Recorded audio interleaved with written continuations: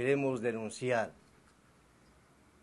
la intromisión del Servicio de Rentas Internas y respetando la independencia que consagra la Constitución en la función judicial.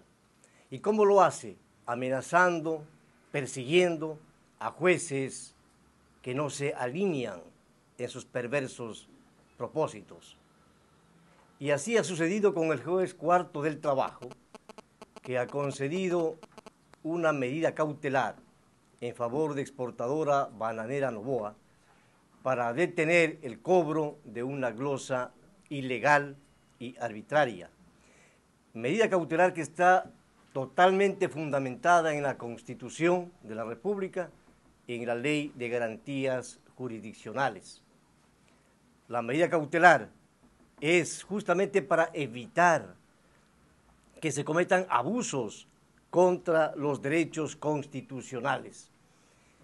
Y en el caso de Exportadora Bananera Novoa, los derechos constitucionales evidentemente han sido violentados desde el momento en que los tribunales de justicia no calificaron la demanda, no permitieron que se inicie el proceso y finalmente se ordena el archivo del mismo.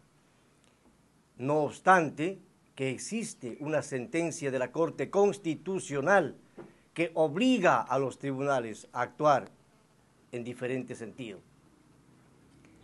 Este tipo de providencias que no responden al mandato de la ley encubren lo que se llama vías de hecho. Y las vías de hecho, aparentemente sustentadas en una providencia judicial, son perfectamente aplicables medidas cautelares, y eso es lo que ha hecho el juez cuarto del trabajo.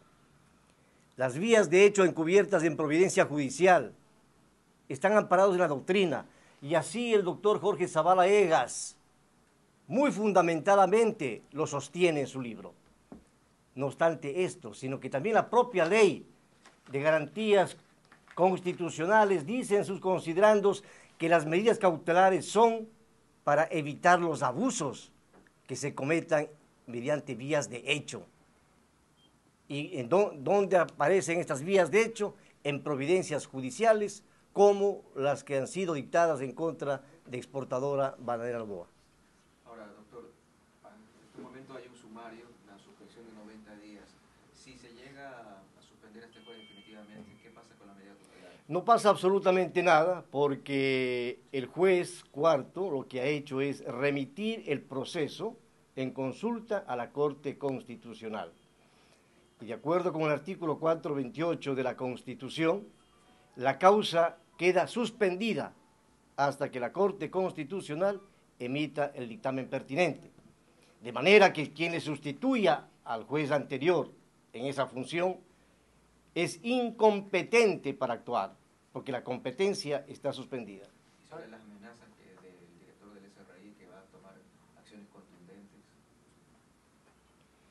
Si el director se atreve a eso, pues la Constitución prevé la destitución del funcionario que pretenda desconocer una medida cautelar dictada por un juez constitucional, que en este caso es el juez cuarto del trabajo. ¿Ustedes dieron dinero al juez cuarto del trabajo? Como Absolutamente, absolutamente. Eso tendrá que responder ante la justicia y quien debería pues enjuiciarlo será el juez a quien se le ha hecho esa acusación.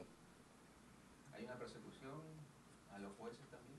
Incuestionablemente, si ustedes se toman la molestia de recorrer las cortes y particularmente los tribunales fiscales, se van a dar cuenta de que hay un terror en los funcionarios judiciales de actuar en contra del Servicio de Rentas Internas, en perjuicio, obviamente, de los contribuyentes. Bueno, uno de los argumentos de Carlos Marx el último sábado hizo referencia a que estas decisiones judiciales de última instancia, como la Corte Constitucional, no podía ser revisadas nuevamente por el abogado Posligua, me parece. Sí, me he referido hace un momento que hay providencias judiciales que no son propiamente tales, sino que encubren una vía de hecho.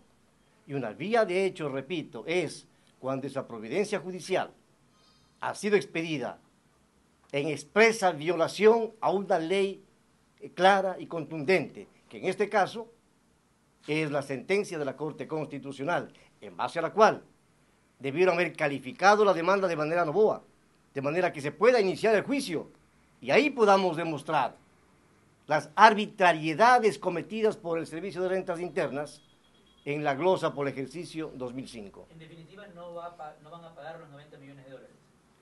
Mientras la justicia, y seguiremos peleando la justicia, obviamente, porque lo que queremos es que nos permitan litigar.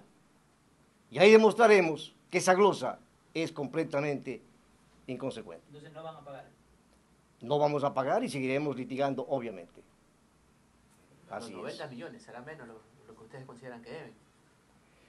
Según nuestro análisis, y que responde pues a estudios técnicos hechos por expertos en precios de transferencia, al analizar pormenorizadamente la glosa y aplicando cálculos matemáticos porque utilizan una fórmula, pero incompleta, la glosa se reduce casi a cero.